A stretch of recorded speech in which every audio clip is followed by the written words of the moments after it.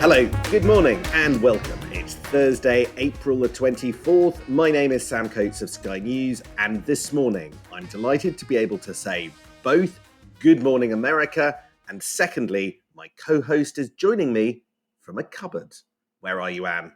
I'm in the most glamorous cupboard, or should I say closet, in Washington, D.C. for the spring meetings, along with the Chancellor and her delegation. I'm Anne But why are McElvoy. you in a closet, Anne? I'm in a closet because I'm booked by Politico in grand style in a room that just seems to echo wherever I go. And anyone who makes podcasts will know exactly the horror of that. So I chose the cupboard. So you have to note, dear listener, Anne McElvoy's hotel room is so big, she's doing the podcast from the cupboard. Yes, I would not necessarily mistake square meterage for price in this case. But let's move on, Sam Coates, who only ever stays at the Ritz. And welcome to Politics at Sam and Anne's Cupboard, the podcast that gives you everything you need to know about British politics in 20 minutes. And if you like us, please hit follow on your podcast app. We're recording this a little bit before 7 a.m. London time. Just for reference, the unglamorous noise in the background is my washing machine doing the spin cycle. But it's very different for Anne, who is on the global stage. But that comes with hardships. It's a little bit before 2 a.m. in Washington. Of course, she's stayed up. This podcast is not someone for slackers. How is Washington? How is the flight? How is the vibe now that you've landed?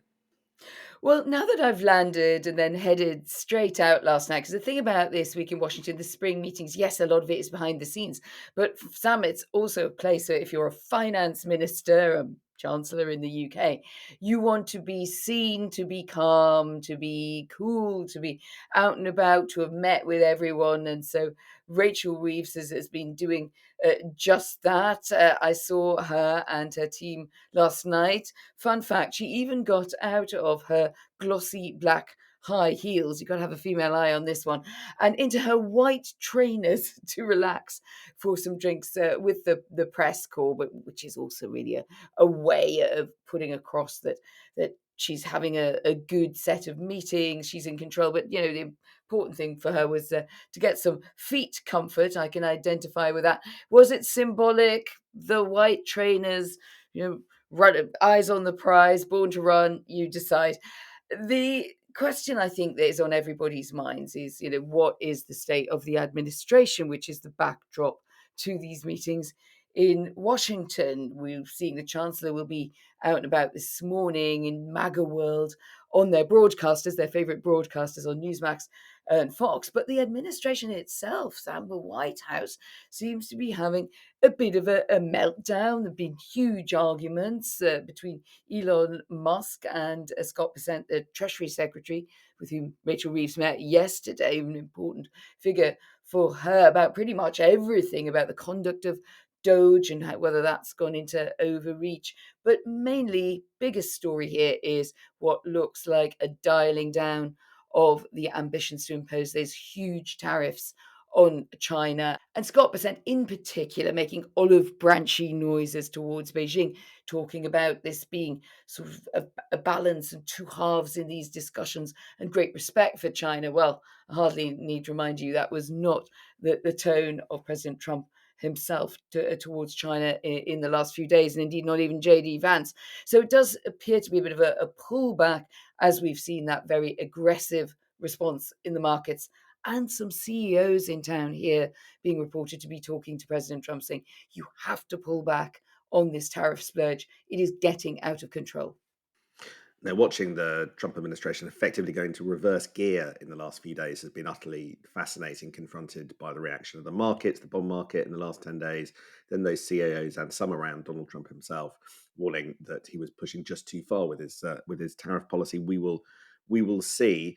But I was really struck by one thing you just said, which is in order to effectively sort of ingratiate herself with Donald Trump and the people around him, Rachel Reeves is diving into MAGA world, to platforms like Newsmax. I mean, I really, really, really want to see Rachel Reeves on Newsmax answering the questions no doubt, about censorship in the UK and just how protectionist the UK is. I mean, I'm going to try and seek that out a little bit later, and listeners should do as well.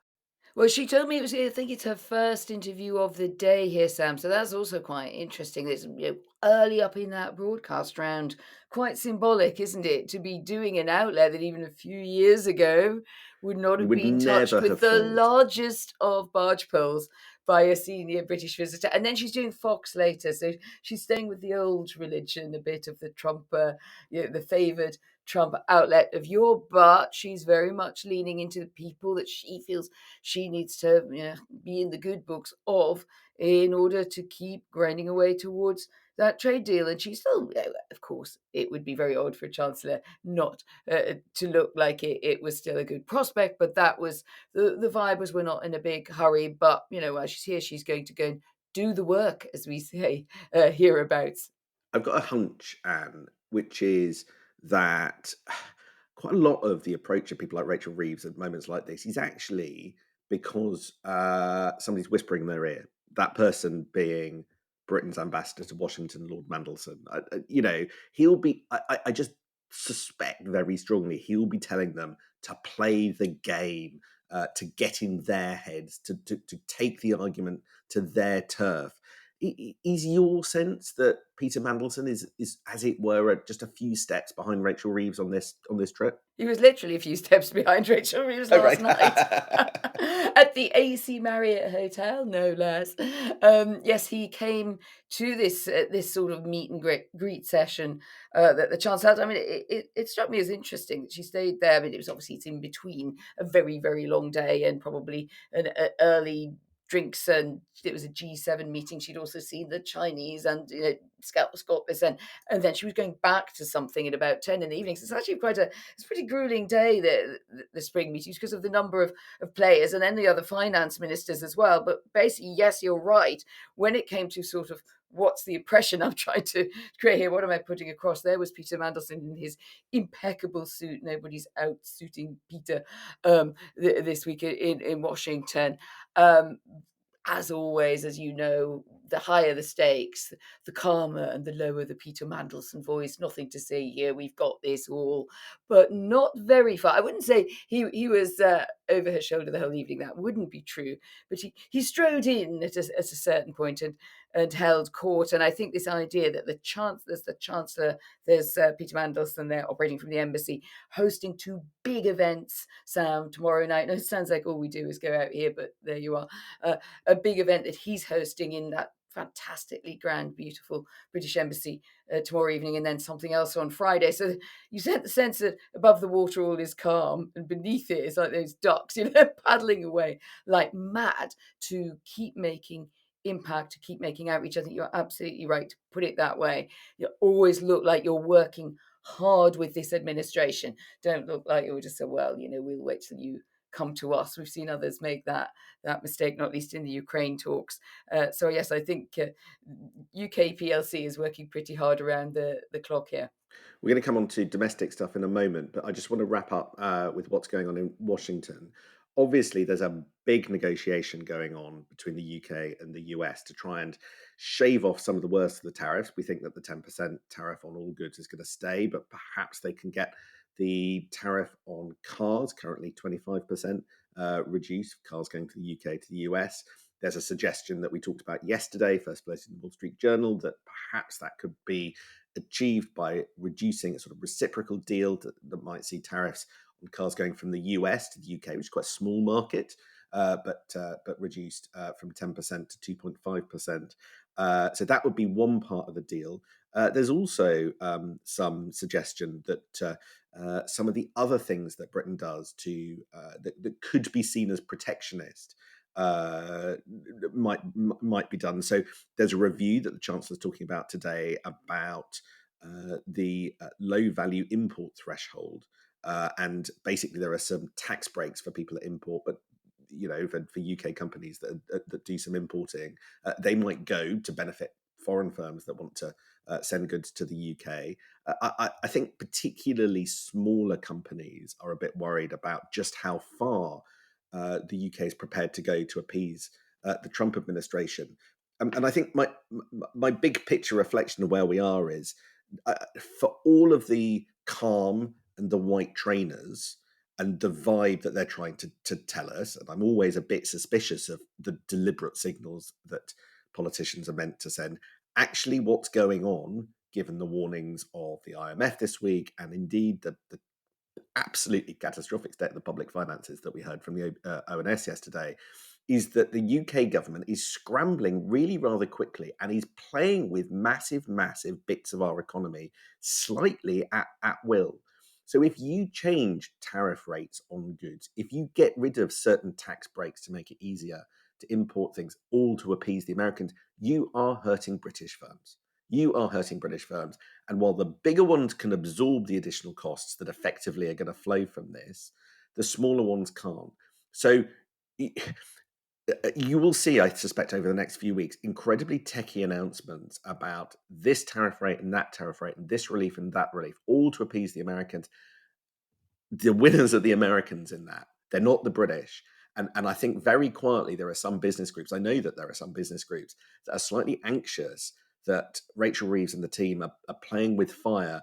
And ultimately, there are industries that will be a bit thrown under the bus to prepare to appease the Americans. It's a bit of a zero-sum game. And I don't think that's being acknowledged enough as the government put on their brave face and their white trainers and tell us all is fine. This is big stuff.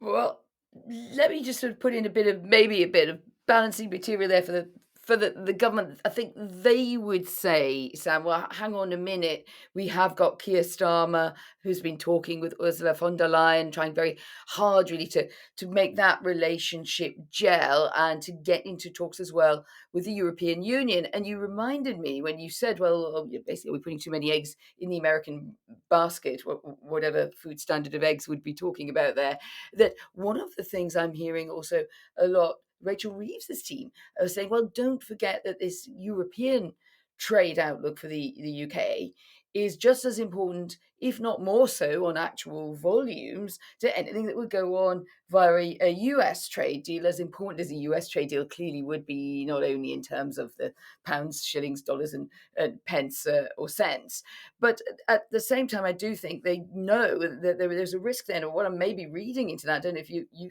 think this as well, is that, yes, the deal may float at some point into being, but if it comes out as being difficult in parts, which it looks like it certainly could be, particularly on the automotive industry, cars, as we would otherwise put it, um, is that it will have to be balanced out by saying, yeah, but we are also doing pretty well, in our warming up our dealings with Europe.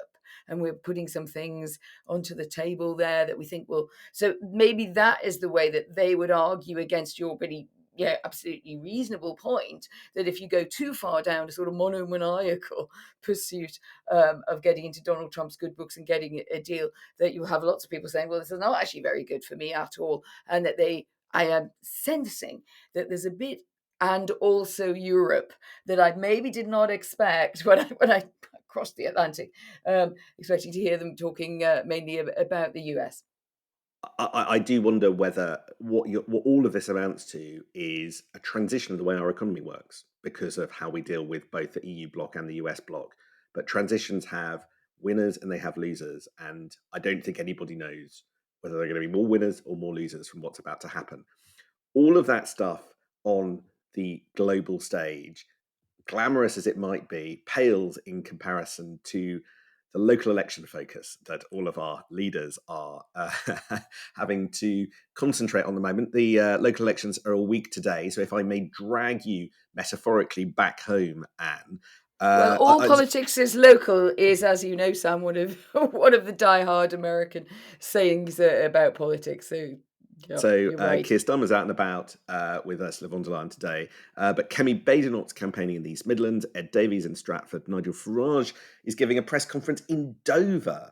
Now, why is he doing that? Because Kent is a straight Tory reform fight, which takes us back 24 hours in time, because the Tory reform fight is exactly what Robert Jenrick, remember him, Shadow Justice Secretary, came second in the leadership contest, was warning about in those leaked remarks that I got hold of, the leaked audio that kind of ended up going everywhere yesterday, discussed at Prime Minister's Questions, all the rest of it, and is at the heart of the big existential crisis that the Conservatives are facing at the moment, and will come to a head a bit in the local elections in a week's time.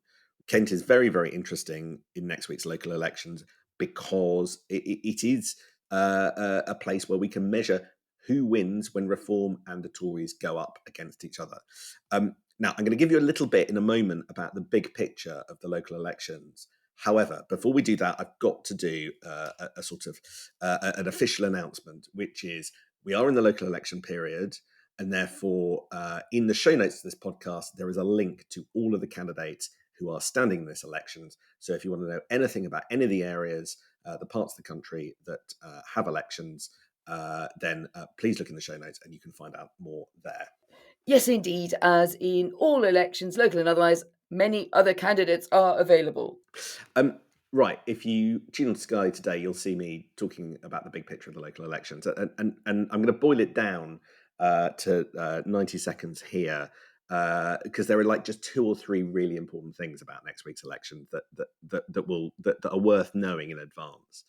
The first is, hopefully, listeners of this podcast know that the way that local elections work is that they're in 4-year cycles. So this is the cycle that last came up in 2021. And that's vital to understand what's about to happen, because this particular set of local elections is quite small in the cycle, is mostly, when it comes to the councils, what we once would have called Tory shires. These are traditionally Tory-dominated areas.